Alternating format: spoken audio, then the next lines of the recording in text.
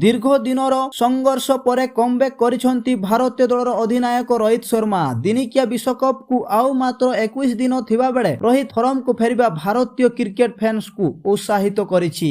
विश्वकप पूर्वरु खेला जाउथिबा Asia cup रे रोहित क्रमागत तृतीय अर्धशतक हासिल करिसेंती। अवश्य एहाकु से बड़ स्कोर परिणत करबाकू सक्षम होई नाहांती। से केवल 53 रन करी दुनित बेलालागेंक बॉल रे बोल्ड होइछंती। तेबे आउट हेबा पूर्वरु से 49 बॉल रे 7टी चौका और 2टी छक्का बल रे 53 रन रो इनिंग्स खेलिथिले। 53 रन रे आउट होइथिले मध्य रोहित एबे एकाधिक रेकर्ड रो अधिकारी होइछंती। रोहित शर्मा को एकाधिक रेकर्ड को नै जानिबाकू हेले भिडियोटी को शेष पर्यंत देखंतु। तेबे दिनिकिया रे एकमात्र बैटर भाबे 3 थर द्विशतक हासिल करिथिबा रोहित षष्ठ भारतीय और विश्वर 15तम खेलाड़ी भाबे 50 ओवर विशिष्ट मैच रे 10,000 रन पूर्ण करिछंती। रोहित विश्वर द्वितीय द्रुततम बैटर भाबे 10,000 रन क्लब रे निज नाम को शामिल करिछंती। एपरि करी से Sachin Tendulkar, Ricky Ponting, Sourav Ganguly, Brian Lara, Chris Gayle, Mahendra Singh Dhoni और राहुल द्रविड़ को पछरे पकाई दैछंती। रोहितंको ऊपर केवल विराट कोहली रहिछंती।